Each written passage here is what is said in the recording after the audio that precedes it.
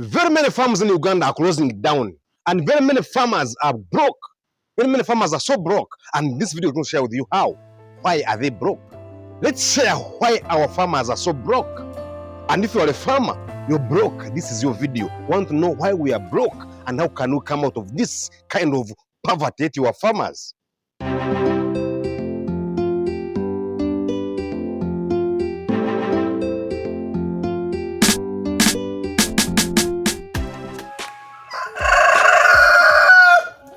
I have already shared with you that a farmer, a real farmer, must have financial management, must be an intelligent person in terms of finance.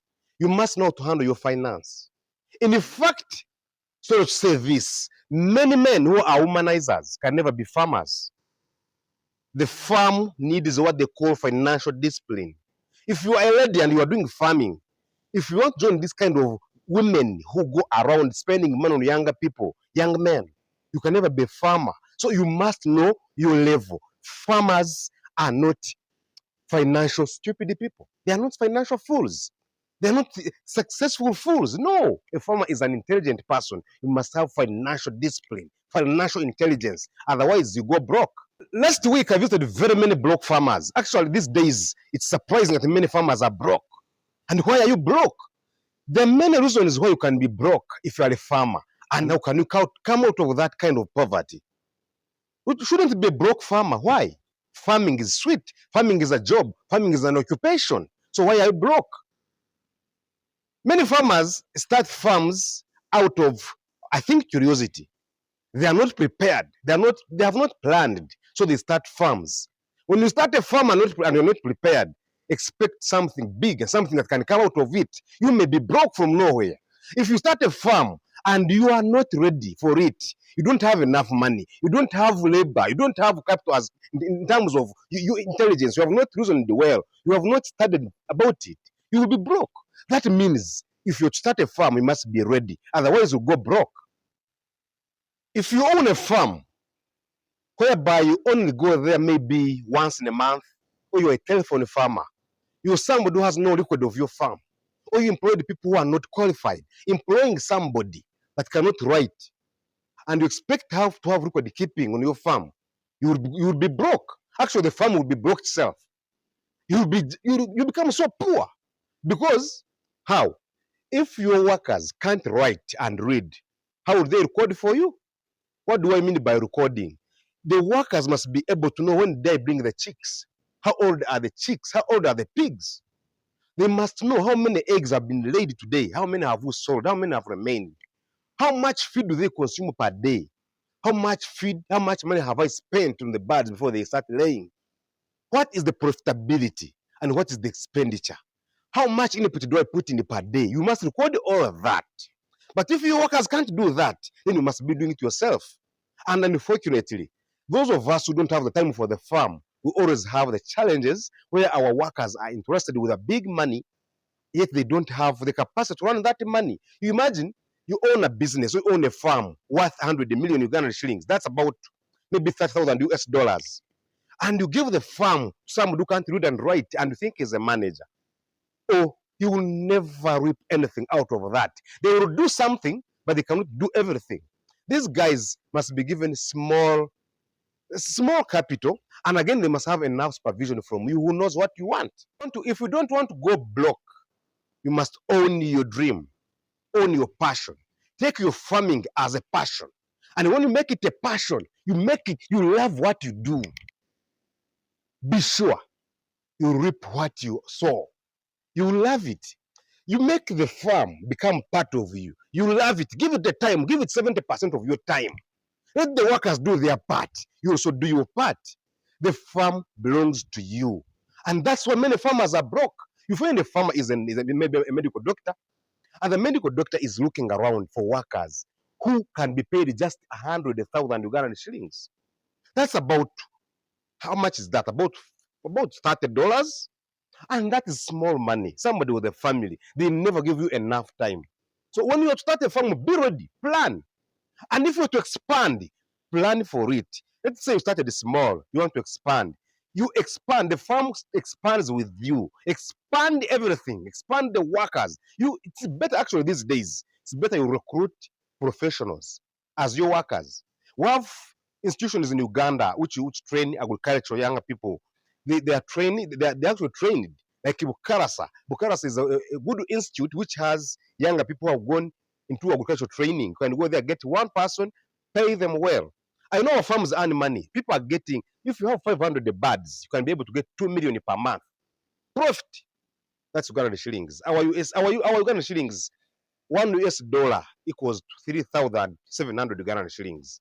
So some people are paying their workers 100,000 per month and they're earning 2 million per month. Do you think our workers are fools? They have that instinct. They have some bit of envy. Make them happy. They know how much you earn. You cannot lie them.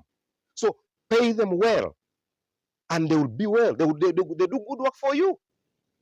Many farmers are broke simply because they don't know what to do. You don't know how to get your quality of feeds. And you know, with farming, it's only feeds and time that makes your farm to grow. If you know that the feeds have gone, they're high, and you want to compromise by giving them low nutritious feeds, that's not proper. The other day, I was on the phone with somebody who told me that one of his friends lost his farm because he started with 500 birds. With those 500 birds, he didn't have enough money to raise them. You know, I told you that each layer bird will eat at least 25,000 Ugandan shillings. That's $8 per bird. Before bringing them, be prepared with that money. But this young person went and brought in 500 birds without enough money. And you know what happened? I'm told, of course I was not there, that they died one by one. You didn't have the feeds. Can you imagine? It's very crazy and it's very strange. And you end up being broke. You had some money, you're known as a farmer, and you're broke. No, we have to change the narrative. We must change what others have seen as a failing business. Farming is not a farming for failures. It's not a business for those who didn't go to school. It's a business for all of us, as long as you follow what we teach you. Very many farmers are broke because they depend on middlemen. If you have a farm, I've always shared with you, it's better you have an outlet. Maybe you have an eggs farm business for layers that they produce for you eggs. That means you should go and start something like an outlet. You have the product what the rest consumer. If your farm is producing eggs that can be consumed by your maybe outlet, you will always be happy. But once these middlemen know, like this time it is the Ramadan season, these middlemen, they know their people are not eating well. So the eggs are not moving on well. But they are selling at a high price to the rest consumers. And they're buying from farmers at a very low price.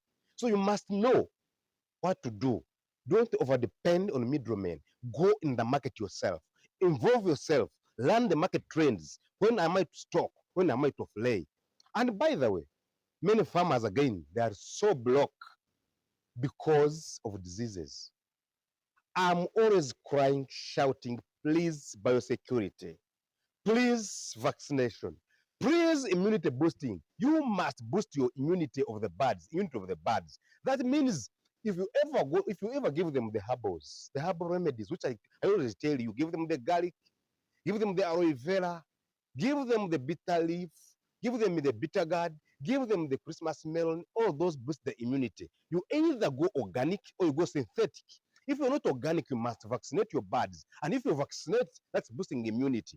And if you are vaccinated, still control people from entering your farm. Control visitors. Because when they come with disease. And that disease has to cure. It's very hard to cure. Poultry farming can close in a single day. Your farm can close in a single day with just an outbreak. Let's give an example. If you get like in Newcastle, or get me fowl-pox, gumboro, all of those can close your farm. So please, biosecurity, immune boosting, that means vaccination is the key if you're to do a farm. Otherwise, you end up becoming a broke farmer. Always putting in medicines because your bodies are sick. Always medicines in medicines. And medicines are very expensive, by the way. If your bodies fall sick, let's talk of maybe like flu and cough. If there are 500 birds, expect put in 100,000 for them to get cured. So always try to avoid them being sick, avoid the sickness of birds.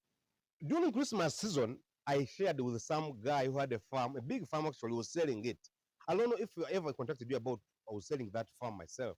So the guy was selling it. Reason number one was because he was highly indebted by the banks. I have always said, please start small.